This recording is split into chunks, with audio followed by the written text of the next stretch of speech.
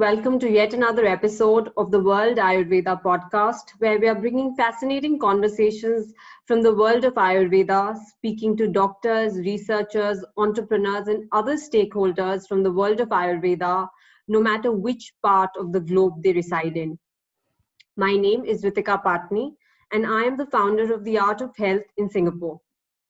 I'm delighted today to welcome our guest, who's joining us all the way from Austria, Dr. Picha, who is the chairman of the International Maharishi Ayurveda Foundation. He is also a senior consultant in cardiology from Austria. In 1996, Dr. Picha shifted his focus from a full-time position as the assistant director at the Department of Cardiology of the State Hospital in Graz, Austria, to become a researcher at Maharishi Vedic University in Waldorp, the Netherlands. Welcome, Dr. Picha. Namaste. Namaste. Thank you for inviting me. It's a joy to talk to you. It's a joy to talk to you, really. Thank you so much, Dr. Picha. We are fortunate to have you with us today. But we are really curious to understand that, having studied modern medicine and also specialized, fields such as cardiology, how did you then discover Ayurveda? Yes, I was indeed in really high-tech medicine, being responsible in the angiogram lab. That means I was probing a catheter into the coronary arteries and opening blocked arteries, which is a great boon for those who have come that far in their disease to save their lives and so forth. But as a cardiologist studying the cause of the disease, I, of course, very soon discovered that all cardiovascular diseases are kind of caused by risk factors that are manageable through lifestyle. There are like 9 modifiable risk factors that, studies have shown, like high blood pressure, smoking, inactivity, physical inactivity, diabetes, and then 9, I don't have to name them, the hypertension and overweight and stress, cholesterol. These are known almost to everyone. And these could be managed by changing your lifestyle. And research shows that about 80 to even 90% of all heart attacks could be avoided by living a healthy life. So I found I'm working actually at the end, 5 minutes after 12 of the disease development, trying to repair something and to save lives, and much more effective and much more fulfilling for the patient and for the doctor would be to prevent all of this. And so I was looking to prevention, and there is some prevention in modern medicine, but I looked to more deeper science, and I soon discovered Ayurveda as one of the, like I would say, the champion of lifestyle medicines. They, through kind of Ayurvedic evaluation of Prakriti and Vikriti, you could kind of, once you have a proper diagnosis or evaluation, you could adopt anything in life to the specific problem. If, whatever he eats, he does, what spices, what kind of behavior, everything, medicine could be adjusted. And I think this was, for me at least, fascinating to go more into prevention. And then I studied in the early 90s to take my first courses in Ayurveda. And so I started to probe into this more and more. And it took a few years when I eventually quit my position there, which was a big surprise because I was really in a good position. I was in the faculty of the Austrian Chamber of Doctors, teaching other doctors in the field of cardiology, giving presentation, be active, be a last opinion doctor, be head of intensive care unit. was a lot of work and rewarding and nice. But eventually I couldn't continue or didn't want to continue. And so I took the freedom and quit my position and I went to Flodrop, to the Maharishi Vedic University there, where I met Maharishi Mahesh Yogi, who I discovered then even in 1985, structured a world plan for perfect health, where he laid out everything from the field of Ayurveda, what has to be done, how many clinics and colleges, and so I discovered all of this, and since then I'm full-time active and yeah, continuing to even to help to spread Ayurveda, yeah, so this is how I think my personal shift of awareness happened. That is fantastic, and also so encouraging to know that, you know, as a Western medical doctor, you were open to other systems of healing, and you've embraced, you know, the system of Ayurveda, which, like you said, you know, is the champion for lifestyle, you know, diseases and medicine. But Dr. Picha, you've of course trained other doctors, you know, maybe specifically in cardiology, and of course now, you know, you also are so actively involved in Ayurvedic education.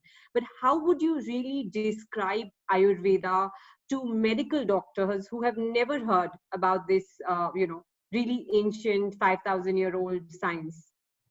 Yeah, I think it's not easy to explain in 1 or 2 words. I usually take, if someone is really interested, I take a few minutes, 5-10 minutes, and try to explain a little bit that Ayurveda is, first of all, the oldest system of health that has been systematically recorded in books. They are thousands of years old, but the knowledge is even older than that. I mean, recording in a book doesn't mean that at that time everything has been invented. The knowledge was probably there in the corridor of time, yeah, for much, much longer time.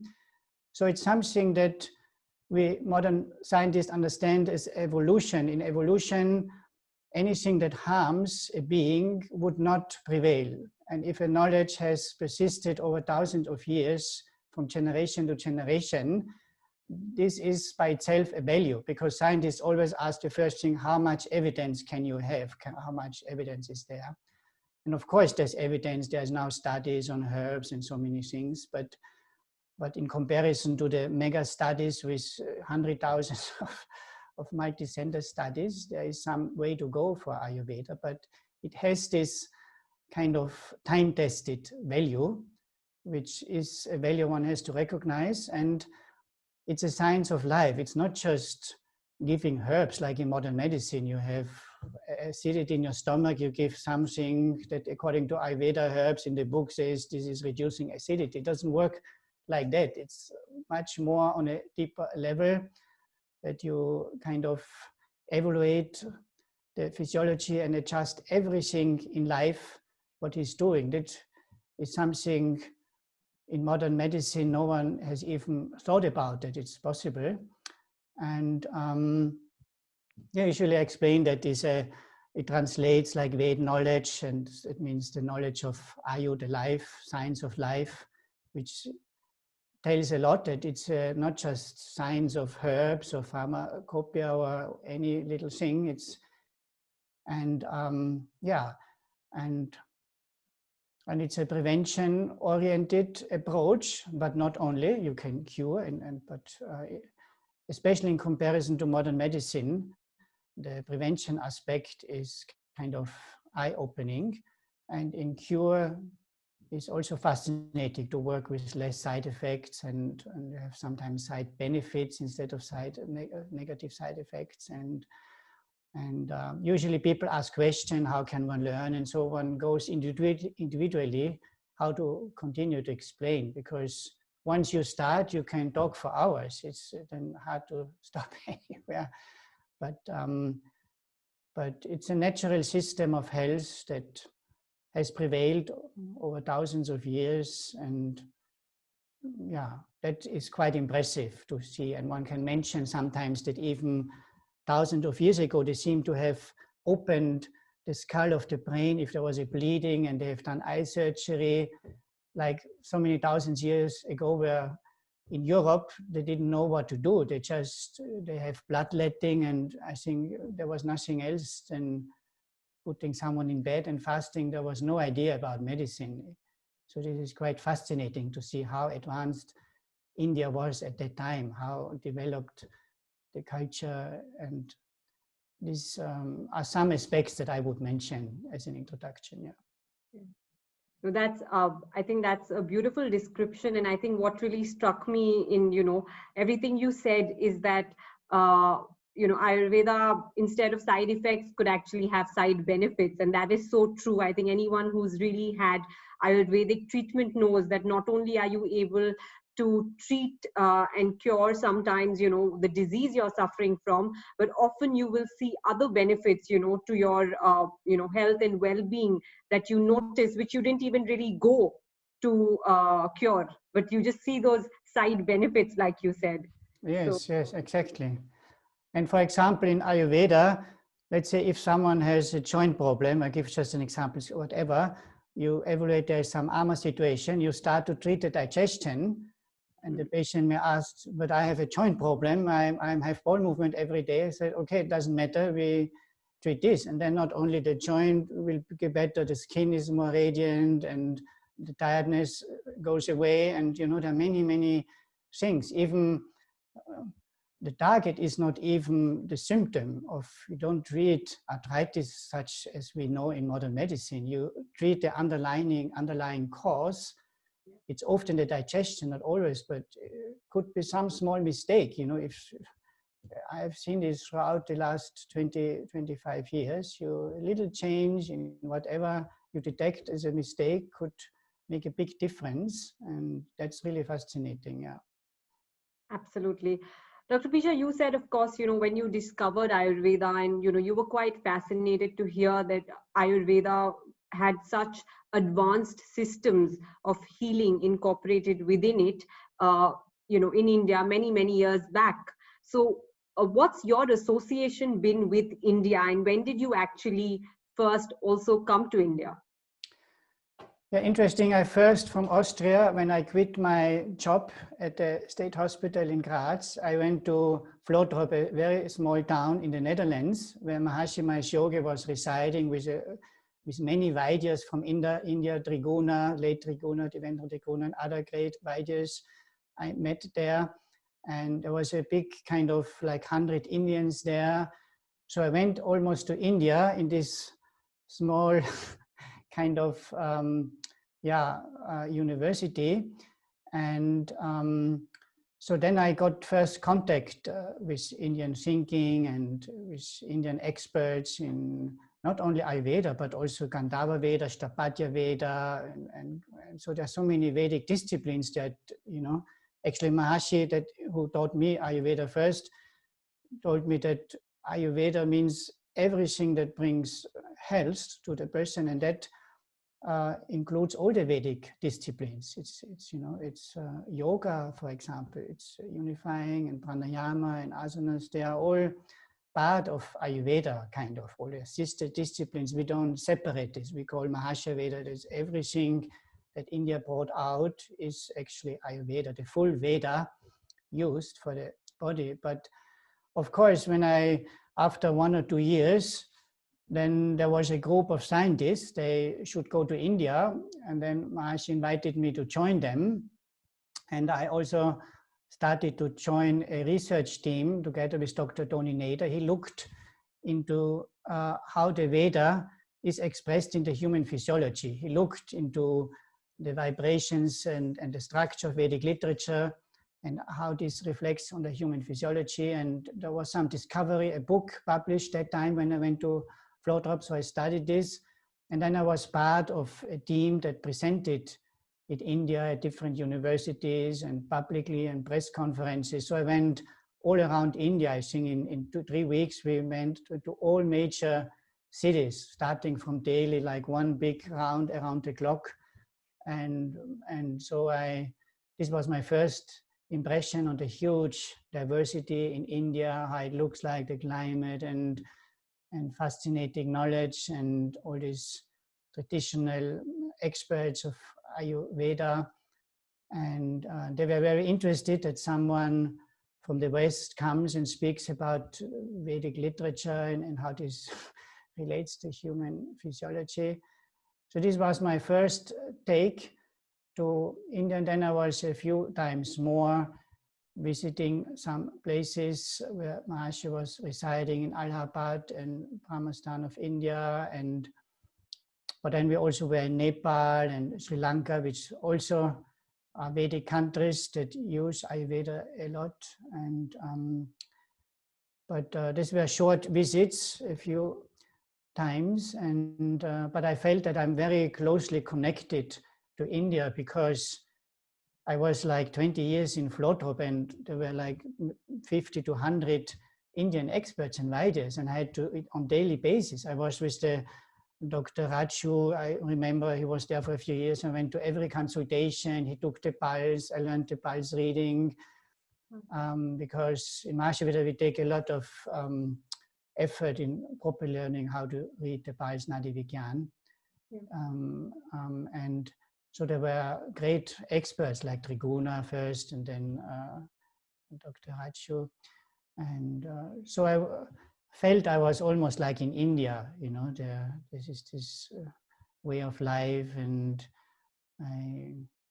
it was like also like a little bit like a not ashram, but a lot of emphasis also on daily meditation for yourself. So the whole atmosphere was very subtle and quiet and peaceful and clear. So this is also what I see in India when you go to remote places and you visit some temples and great purity of consciousness. And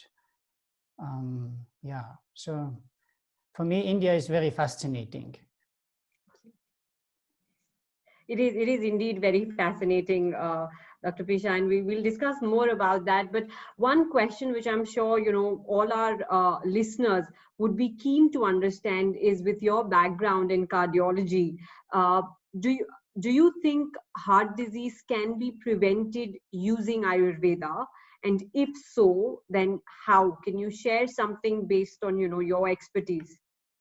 Yeah, I'm quite convinced that it could reverse coronary artery disease, because this is there even from modern medicine. If you change a little bit, even if you control the blood pressure, for example, then one has seen in some research, if it's really well controlled, a reversal of clotting or narrowing of coronary arteries.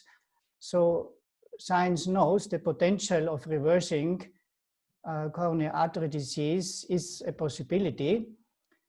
And also for the development, there is some 10% hereditary cause, but mostly it's due to kind of lifestyle modifications that one can prevent. And if someone you can prevent, you can assume you can reverse, and hints of that are there. It has to be more researched, but personally I've seen improvement by changing diet, by some herbs and even meditation, because all these interact to each other. Stress itself, stress management, is responsible for most of the other risk factors. It's a driving force, because stress propels cholesterol, propels high blood pressure, bad eating habits, smoking, and all this is kind of enforced by stress. So and Ayurveda offers huge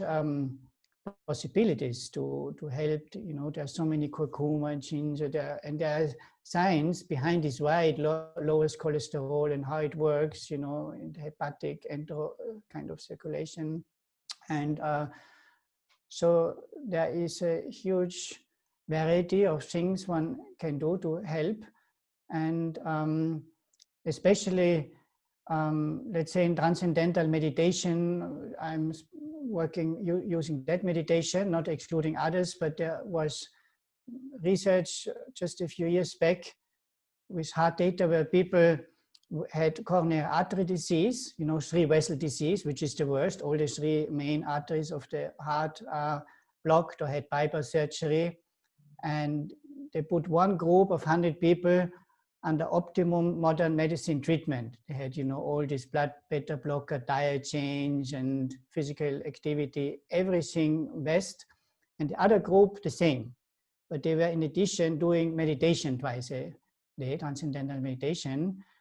And they looked at what we call hard data, not just do I feel better, is the electrocardiogram better, but they looked into heart attack, stroke, and death. What is happening with these people after 10 years? And those who did the meditation, transcendental meditation, they had half of the risk to die or have the other events, like 48% risk reduction, which is huge, which is more than any statin, which is the most successful modern drug to lower cholesterol. This is a multi-billion market, and they have some effect, but this is much higher. So this you can see as a clear sign that you can do something in such a severe cases even. They were not like beginning stage of ArtH, they were really high risk, and I think about 30% died of these 200 people after 10 years. And so you saved half of them by just doing twice a day, 20 minutes, 15, 20 minutes, something for your guys' body coordination, mind-body coordination. So there's definitely great possibilities and tools and approaches that can reverse coronary artery disease. Fantastic. Dr. Picha, Maharishi group has of course been instrumental in taking Ayurveda to the West. So how has the perception and adoption of Ayurveda in the West changed over the years, from when you first were introduced to Ayurveda and to today? Yeah, I think a lot has changed. I think my first course in Ayurveda was 92. And that time I was still fully engaged in the hospital. But somehow I was so attracted by it, I started to use it even in the hospital, for sometimes constipation. I gave some trifle here, or so many little things that I feel I could do. But that was very strange for all my colleagues. I was kind of exceptional at that time. And even the word Ayurveda, no one had any idea. And when you say, everything starts from Apana Vata, which is the colon, the digestion, it was very strange for people. Nowadays, the microbiome kind of research tells you that the microbiome is almost responsible for everything, for every disease, its connection to the brain, it speaks to the lung microbiome, it interacts with the immune system. We're just about to discover. And this is something that all of a sudden, the thing that you hardly could believe, that most of the diseases start from Apana Vata, becomes like science. And this is with many other things. So just from science, it has changed. And it's therefore easier to speak to modern scientists. If you come up with such theories or statements from Ayurveda, they are now starting to be confirmed. And I often speak about how modern medicine is now discovering Ayurveda as a cutting-edge medicine. This is what is happening day by day, and therefore it's alone easier. But also because I think India taking the effort and sending out to the world experts and people are intelligent. I think the crowd intelligent, seeing there is a value, and more people know about it. I think Ayurveda in Germany, Austria is almost like a household name. There are few people who have never heard about it. There are maybe, but like 30 years ago, there was even not a faint idea what it is. A little later, they had the idea this is something from the East or from Asia, little scary perhaps, something with meditation or no idea. And now it becomes like, many countries have picked it up. Switzerland have now 2 official professions in Ayurveda. And the experts what they're doing is covered by health insurance. And so it becomes part of daily life and in so many countries in the world. And there is still some kind of majority of modern scientists who are kind of careful and don't see yet the value, but it's definitely much easier now to speak about Ayurveda. And just an example, just 2-3 years ago, together with the Institute of Physiology, and even though I'm not working anymore since more than 20 years in the hospital in Graz, we approached the dean of the university and offered them to lecture the students as an elective study in Ayurveda, yoga, and meditation. This is how they called this. And so it's not a mandatory lecture, but usually they would have, a few years ago we have tried and they would have refused. Don't even talk to me about that. This is nonsense and we don't want any strange, just don't come anymore. And now it wasn't even a discussion and they felt, oh yeah, I think the students should know it and just do it. And the thing is that the students, they have to do a thesis, a kind of a diploma work at the end of their medical study, but they have a freedom to choose a topic and they can choose an elective topic also. And many students, they want to do research on Ayurveda now and yoga. And so it shows the young generation is very interested. And it's really, it's not even easier. It's, I said I've asked, but it was the professor of the Institute of Physiology. I've only heard after, and so I don't even have to ask. The people ask me, can you, we have heard you are expert in Ayurveda, can you teach our students? Or like in Slovenia, this is 40 kilometers from here, 45 minutes. There's a private university. They asked me if we can organize a master in health science, including Ayurveda as a kind of health science. And yes, so people are starting to request that. And so time has really changed. And I think this is continuing to happening in a kind of faster and faster way. So I think it has to be, because it works and it's a wonderful approach and it's useful, it's helpful, it gives relief. And it's not expensive in comparison to modern medicine. And there's so many problems we have with financing modern healthcare and side effects. So actually people start to look at something how to can get out of the health crisis, because we have more and more chronic diseases. We have rising costs that no one can cover anymore. And so there is a desire by health authorities, healthcare providers to go in prevention, and Ayurveda is there really as a champion. I think no other system has that refined, individually tailored approach to a specific problem. So it has definitely become easier. It's absolutely, there's no fear in myself, and if difficult talks with people who you feel may refuse what you're saying, it's has really changed a lot. Absolutely. So, Dr. Picha, you've of course been spearheading a lot of Maharishi's initiatives where you've integrated Ayurveda, into a system of healthcare and also provided opportunities for education.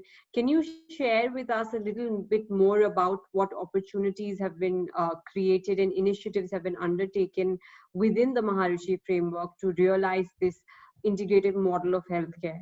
Yeah, quite a lot. I mean, I was just mentioned already here nearby Graz, we are probably starting next year with a Master in Health Sciences and Ayurveda.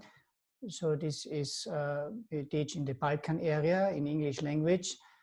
And in USA, for example, at the Maharishi International University, since 4 or 5 years, we have, it's maybe one of the few or the only fully accredited Master of Science in Ayurveda and Integrative Medicine in Fairfield in Iowa, and have very strong rising number of students. I think the first class were 20 people. It was borderline to start because covering the costs, and And I think they have now 300-400 students, and the next term this fall 100 more students have inscribed, enrolled. So this is the strongest growing program at that university. It is quite a huge. They have a lot of sustainable living and arts and mathematics and computer science, and it's a huge university. And the master in Maharishi Ayurveda and integrative medicine is now the fastest growing program. So this is clearly reflecting also the general rise in interest in Ayurveda. And yes, in 2013, I think we have founded the International Maharishi Ayurveda Foundation. So it's not that old. We felt we have to register somehow a foundation as a platform.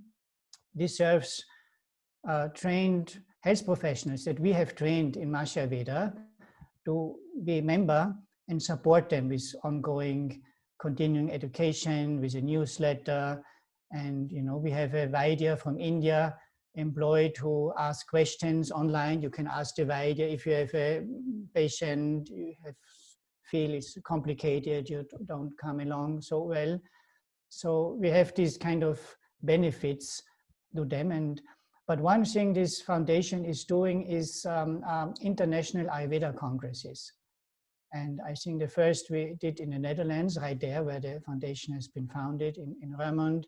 Then we went to London, and this was the first time when Honorable Minister Nayak came physically there, inaugurating and speaking there. And so we started to connect with all the Ayurveda experts in Europe and globally and with India. And this always creates new opportunities, teaching opportunities in UK and new collaborations. For example, there was the ex-health minister of Brazil was in London as interested in alternative medicine, and so he appeared there and we talked, and he said he wanted to do the same thing next year in Rio de Janeiro, and this is what happened. And the Brazilian government helped in organizing. Then we had a congress in Rio, and the same year the Brazilian government decided to implement, I think, 25 alternative and complementary approaches as a law in their state system of healthcare, including Ayurveda for the first time. And at that time, I think 27 universities in Brazil and whole of Latin America expressed a wish to have that program. And so we're working on curricula to translate in Portuguese language in Brazil. And in Brazil is huge interest, and also other Latin American countries in Mexico. And interestingly, for example, speaking there in the Latin American area, the Caribbean is also, I think, very interested in this kind of natural approach, especially Ayurveda. And in Curacao, we have the opportunity. There is a University of Latin America, because UMLAC, University Latin America, Maharishi Ayurveda, something. And they have now approved a master program in Maharishi Ayurveda and integrative medicine. So this university, the graduates will be fully MDs according to US kind of laws, but at the same time they study Ayurveda and get a master degree in Maharishi Ayurveda. So this is approved, and I think they will enroll this or next year. And yeah, this is fascinating to see that in USSR, in Caribbean, in Latin America, in Europe, everywhere this is becoming more easy to start teaching. And after Rio, we went to Slovenia for the International Ayurveda Congress in 2018, and in Ljubljana. And there I was approached by President Toplak from the Alma Mater University Europea in Maribor, which I mentioned. This is that university that is now asking for a master program in Ayurveda. So we don't even go there anymore, as I said. The congresses are a great means of networking with others, and you meet people and they ask you, and sometimes something nice and new comes out. And next time we plan to be in Kathmandu in Nepal. and this has to be cancelled. It was scheduled beginning of October, but due to COVID, we will postpone to next year. So these are the activities we are doing, and we also now we have created what we call Maharishi College of Perfect Health, which will serve as a roof organization for all our Maharishi Ayurveda trained teaching kind of platforms in all countries to give guidelines and to give like accreditation. We wanted to do it together with Ayush. We're in very close collaboration, and Ayush said they will endorse and approve all our training programs that we have sent them so far. So this is a very nice development. Thank you so much for joining us today. Yes, thank you for inviting me. It was a joy talking to you, and I was very happy to be part of this program. Thank you. Namaste. Jai Gurudev. Bye.